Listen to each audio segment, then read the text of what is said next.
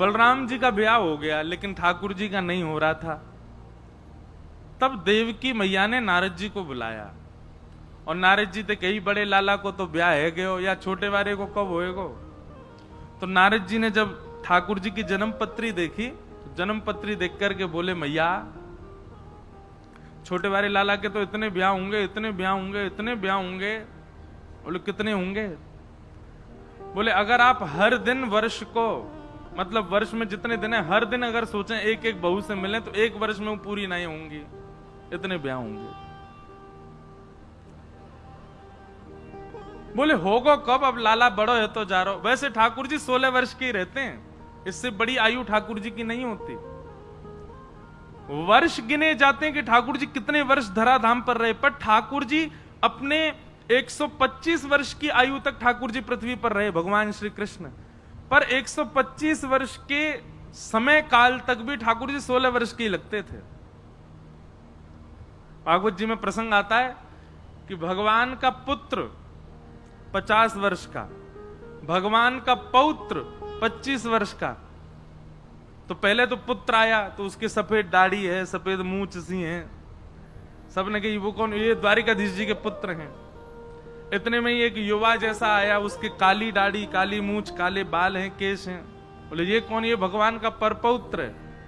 इतने में ही नेक से ठाकुर जी कूदते फांदते आए। बोले ये कौन है? बोले ये दादाजी हैं। 16 वर्ष के ठाकुर इतने से ही नेक से उनके भागवत जी में वर्णन है, ठाकुर जी के रों भी नहीं आए हैं। जो पुरुषों के 13-14 वर्ष 15 वर्ष की आयु में छोटे छोटे रेशे आ जाते हैं ना, जो दाढ़ी मूंछ के, ठाकुर जी को वो भी नहीं उत्पन्न हुए हैं। ऐसे कोमल से हैं ठाकुर जी, बिल्कुल 16 वर्षीय बालक की तरह हैं। और जैसे ही कूदते फांदते छोटे से ठाकुर जी आमे तो बड़े बूढ़े सब उनको प्रणाम करें, भगवान के खुश रहो, सब मेरे पुत्र हैं। तो मैया बोली लाला इतना बड़े हो गो, या को ब्याह कराओ। तो नारद जी महाराज बोले मैया हम लड़की ढूंढे। देवकी मैया बोली नवलखा को हार दूंगी, मेरो लाला को ब्याह है गो। तो अब नारद जी को नवलखा का तो कोई लोभ नहीं था, पर देखना चाह रहे थे ठाकुर जी का विवाह कैसा होगा। एक बार हमारे सामने दृश्यमान हो कि ठाकुर जी दुल्हा बन के कैसे लगेंगे। और उसी दिन से वो चिंतन इतना व्याप्त हो गया नारद जी को, अब लग गए नारद जी ढूंढने में कि लाल जी का ब्याह होना चाहिए। तभी नारद जी भ्रमण करते करते कौंडन्यपुर पहुंचे। वहां भीष्मक राजा की पुत्री रुक्मणी जी को जब देखा, रुक्मणी जी को देख करके नारद जी बोले वाह ये बिल्कुल उचित है हमारे ठाकुर जी के लिए। संत आते थे तो भीष्मक राजा खूब आदर सम्मान करते, उनके लिए आसन लगाया, बोले 2 शब्द आप कुछ प्रवचन करो। तो भागवत जी में वर्णन है मुकुंदस्य रूप वीर्य गुणश्रिय, भगवान के रूप और गुण का चिंतन सुनाने लगे नारद जी। रुक्मणी जी बैठ के सुन रही हैं। अच्छा, पूरी पृथ्वी जानती है कि द्वारिकाधीश कृष्ण हैं, लोग उनको भगवान मानते हैं। कुछ लोग मानते थे, कुछ लोग नहीं भी मानते थे।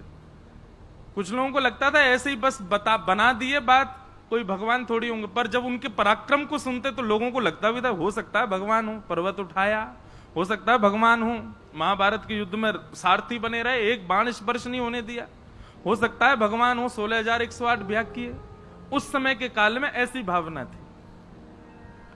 तो द्वारिकाधीश का गुण जब बताया, सुन करके भीष्मक राजा अति आनंदित हुए, प्रणाम किया। तो नारद जी ने धीमे से कहा, बोले आप कहें तो जिनके रूप गुण में सुना रहा हूं उनसे आपकी कन्या के विवाह की बात करूं। भीष्मक राजा बोले हम उनके लायक तो नहीं है, वो तो भगवान है, हमने सुना उनमें भगवत तत्व है। बोले नहीं आप वो चिंता मत करो, आप बस लाली की राजी पूछो।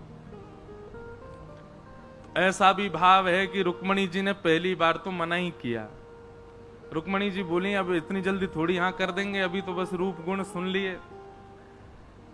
तो नारद जी बोले ये आकर्षित तो हो गई हैं, लेकिन अभी मन में विश्वास प्रकट नहीं हुआ कि ठाकुर जी से ब्याह होना चाहिए कि नहीं। तो नारद जी ने क्या किया, बोले अपने 18-19 चेला बुलाए और सबको बारी बारी से भेजा, संत रूप धारण कर करके जाओ और भीष्मक राजा के यहाँ जाकर के आसन मिले तो वहां बैठ के ठाकुर जी के रूप गुण ही सुनाओ। रुक्मणी जी को और कुछ सुनाई नहीं दे, 24 घंटा ठाकुर जी देखें। क्यों? नारद जी के चित्त में जल्दी ब्याह हो ठाकुर जी का। अब तो जो संत आमे कौंडन्यपुर और भीष्मक राजा उनको आसन पर विराजमान करें, रुक्मणी जी सामने बैठे प्रवचन सुनने के लिए, वो शुरुआत ही यहीं से करते हैं। वंशी विभूषित करा नवनीर दाभार, पीतांबरा दरुण बिंब फलाधरोष्ठार, पूर्णेन्दु सुंदर मुखा अरविंद नेत्रात्, कृष्णात् परम किमपि तत्त्वमहं न जाने।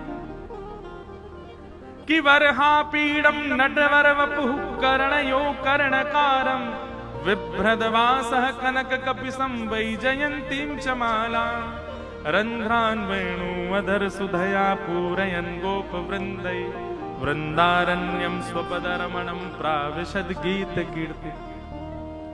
पहले तो रुक्मणी जी बोली ये सब एक ही कृष्ण की चर्चा क्यों करते रहते हैं, लेकिन ठाकुर जी की चर्चा में, सब लोग इधर देखो, ठाकुर जी की चर्चा में एक अलग प्रकार का एडिक्शन है। हो सकता है पहली बार में आपका आकर्षण थोड़ा हो, पर जब आप बार बार सुनेंगे ना तो ऐसे है जाओगे कि आप कृष्णमति, कृष्ण गति, कृष्ण, ये होगा। आप निद्रा में सोएंगे तो भी आपको ठाकुर जी दिखेंगे, कहीं चल के जाओगे तो भी ठाकुर जी दिखेंगे, कहीं बैठोगे तो भी ठाकुर जी का स्मरण होगा।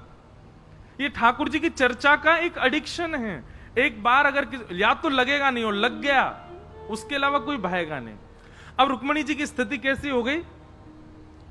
रुक्मणी जी चलती हैं और कहीं मोर पंख की कोई सजावट देख लेती हैं तो रुक्मणी जी कहती हैं ऐसी पहनते हैं मोर पंख। कहीं जाती हैं नीले नीले तालाब को देखती हैं तो कहती हैं, कल एक संत आए तो वो बता रहे थे ऐसा ही वर्ण है उनका। कहीं जाती हैं पीतांबरी देखती हैं तो सोचते ओहो ऐसा ही वस्त्र पहनते हैं।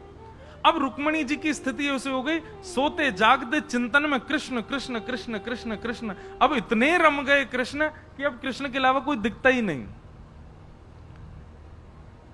रुक्मणी जी ने अपने पिताजी से कह दिया, बोले नारद जी को बुला के कहो अब मुझे वो जिनका वो प्रवचन करके गए वही दिखते हैं, अब मेरा उनसे ही ब्याह कराएं, अब मैं और किसी से ब्याह नहीं कर सकती।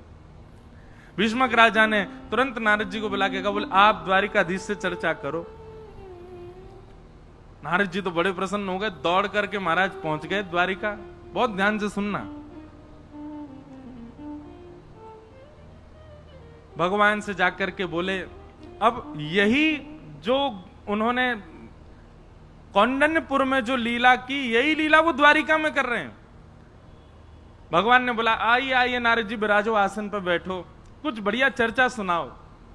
तो जैसे वहां कृष्ण की चर्चा सुना रहे थे, नारद जी यहां बैठ के रुक्मणी जी की चर्चा सुनाने लगे। आहा ऐसे मृग नैनी है, ऐसी पैनी सी नाक है, ऐसे वाक्य होठ हैं, चाल ऐसी, गुण ऐसा, स्वभाव ऐसा, शीलवान ऐसी। अरे भैया ऐसे प्रणाम करे संतन को, ऐसा बढ़िया प्रसाद बना के खवावे। ठाकुर जी बोले चर्चा से तो यूं लग रही है बड़ी सुघड़ कोई कन्या है। नारद जी बोले आपका विषय नहीं, आप मत सुनो।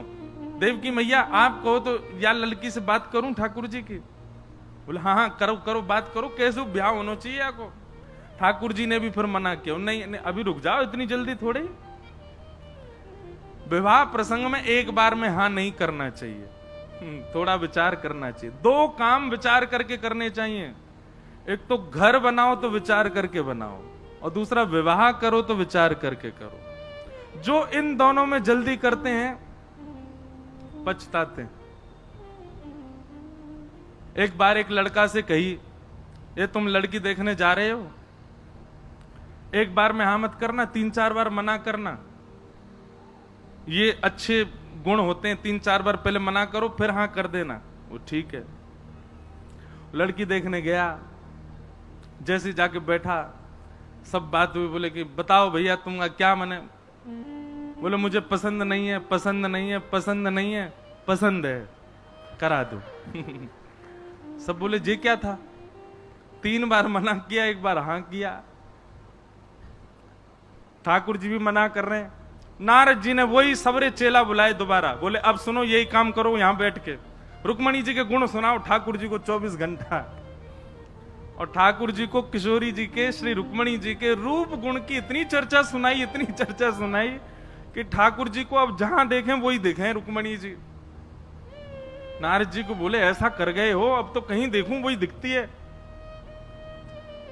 तब फिर ये योजना बनी कि रुक्मणी जी ने जब जिज्ञासा प्रकट करी तो रुक्मणी जी का भाई रुक्मी शत्रु मानता था भगवान को, उसने शिशुपाल से परसों ही शादी तय कर दी। बोले परसों ही ब्याह होगा। शिशुपाल से कहा तुम बारात लेके आ जाओ, कहीं तुमसे पहले कृष्ण ना ले जाए। इतने में ही रुक्मणी जी ने पत्र लिखा, पत्र लिख करके ठाकुर जी को बुलाया, चले गए। अब आई ठाकुर जी की ब्याह की बेला, रुक्मणी जी वापस आ गई, पूरा नगर सजाया गया, ठाकुर जी आए। भगवान ब्याह के लिए जैसी पधारे, शिशुपाल उसका ब्याह होना था। कहते हैं बाराती संग सैनिक लेके आया था 1 करोड़ भगवान के विवाह में। और विवाह संपन्न होते ही ऐसी मारकाट मची, 1 करोड़ सैनिकों को मारा ठाकुर जी ने अपने विवाह में। पूरी यदुवंशी और सब में युद्ध हो गया वहां पर, और युद्ध में सब मारे गए। और तब ठाकुर जी रुक्मणी जी को लेकर के द्वारिका पधार। बताओ कैसा ठाकुर जी के जीवन में कब संकट नहीं आया। जन्म लियो संकट आयो, नेक बड़े भय संकट आयो, नेक और बड़े भय संकट आयो।